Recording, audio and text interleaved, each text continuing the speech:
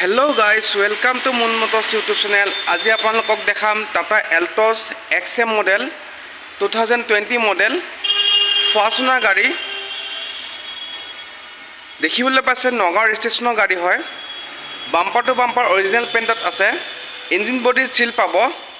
ইয়াৰ asking ৰাখিছোঁ 590, negotiable হৈ যাব। 1.5 লাখমান টকা ডাউন পে'মেণ্ট দিলে ফাইনেন্সত ওলাই যাব।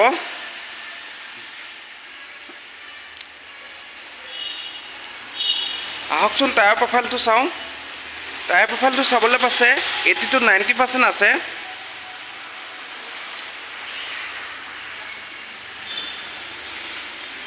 আহকচোন ইণ্টেৰিয়ৰ প্ৰফাইলটো চাওঁ। লিডাৰ ছিট কভাৰ লাগি আছে।